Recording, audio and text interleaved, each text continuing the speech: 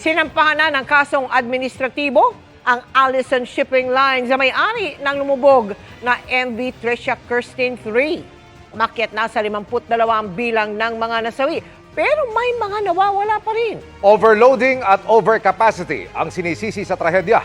Base sa inilabas na ulat ng Philippine Coast Guard at Marina. Sa ngayon, pinag-aaralan na rin ang paghahain ng criminal charges sa kumpanyang may-ari ng Roro.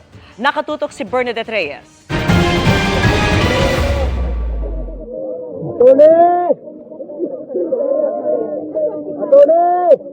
Higit 2 linggo matapos ang paglubog ng MV Tricia Kirsten, inilabas ng Philippine Coast Guard at Marina ang kanilang interim report sa dahilan ng paglubog ng Roro vessels sa karagatan ng Basilan. Overloading at overcapacity ang sinisisi sa trahedya. May mga inconsistencies din sa bilang ng mga pasahero base sa manifesto kumpara sa bilang na hawak ng Philippine Coast Guard ngayon. Lumabas din ang inconsistencies, no? Which is still subject to further validation by the Coast Guard dun sa numero ng pasahero as per the passenger manifest kumpara dun sa mga numero ng survivors or still missing at recovered. So yan ay talaga namang inaaral pa ng Coast Guard. Kanina, isa pang bangkay ang na-recover mula sa lumubog na barko, kaya umakyat na sa 52 ang bilang ng mga nasawi. 27 naman ang nawawala pa, habang 273 ang bilang ng mga nakaligtas. Kung susumahin ang mga numerong yan, lagpas na sa maximum vessel capacity na 352. Sabi pa sa report, tinansya lang daw at hindi tinimbang ang bigat ng mga sasakyan na sinakay sa barko. May kakulangan din sa kakayanan ng mga tripulante. May nakita din pong poor seamanship. Ibig sabihin yung competence ng mga tripulante. Lalo na nung nagsimulang pumasok yung tubig sa barko. Pinagtataka ng DOTR bakit pinayagan pang bumiyahe ang barko gayong may mga safety issues na pala ito. Bagamat meron talagang safety deficiencies that they themselves documented. That's the issue here. No, ba't ka magbibigay ng seaworthiness certificate, meron ka nakitang safety deficiency.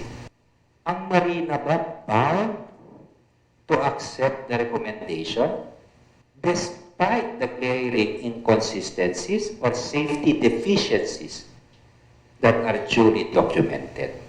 Dapat po hindi tinanggap ng Marina. Tanggap naman ng Maritime Industry Authority ang kakulangan sa panig nila. Under our procedures, ang last talaga magsasabi at mag-i-issue ng safety document is the Marina. No? So, sa ngayon, we will improve on the monitoring and oversight of how these are issued. So, in the short term, we are validating all the condition and we are conducting a nationwide compliance monitoring. Ngayong araw, sinampahan na ng kasong administratibo ang Allison Shipping Lines na may-ari ng barko, pati na mga ship officers at mga tripulante. Bukod sa kasong administratibo, pinag-aaralan na rin ngayon ng DOTR ang pagsasampa ng criminal charges. Nakikipag-ugnay na sila sa Marina at PCG kaugnay nito. Kapag may lumabas sa investigation during the hearing na there is gross negligence on their part, papakasuhan din po natin ng criminal case. Para kay Nur Hussein Sali na isa sa mga nakaligtas sa lumubog na barko pero nasawi ang kanyang kapatid, hustisya ang panawagan nila. Dapat may makulong, may managot. Naramdaman ko ang barko na yon, parang nabibigatan siyang tumakbo. Sabi ko na sa isip ko, overloaded ito. Overloaded sa cargos, overloaded sa capacity ng passenger. Alam mo ba ma'am, lahat ng gamit nila, puro bulok.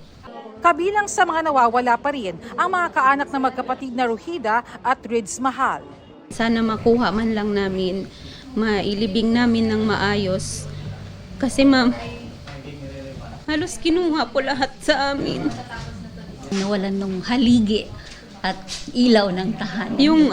Siniguro naman ng PCG na tuloy-tuloy ang kanilang operasyon para mahanap pa ang mga nawawala. The public is assured that the Coast Guard will sustain these operations until all bodies are found. Its passenger capacity, authorized passenger capacity is 352. Pag idagdag po natin yung allocated for the officers and crew, the report here is it will result in 388. So 388 minus 369, mayroon pa pong 19 na unfilled capacity. But I have to emphasize, this is a live document. This can change because the operation is still ongoing.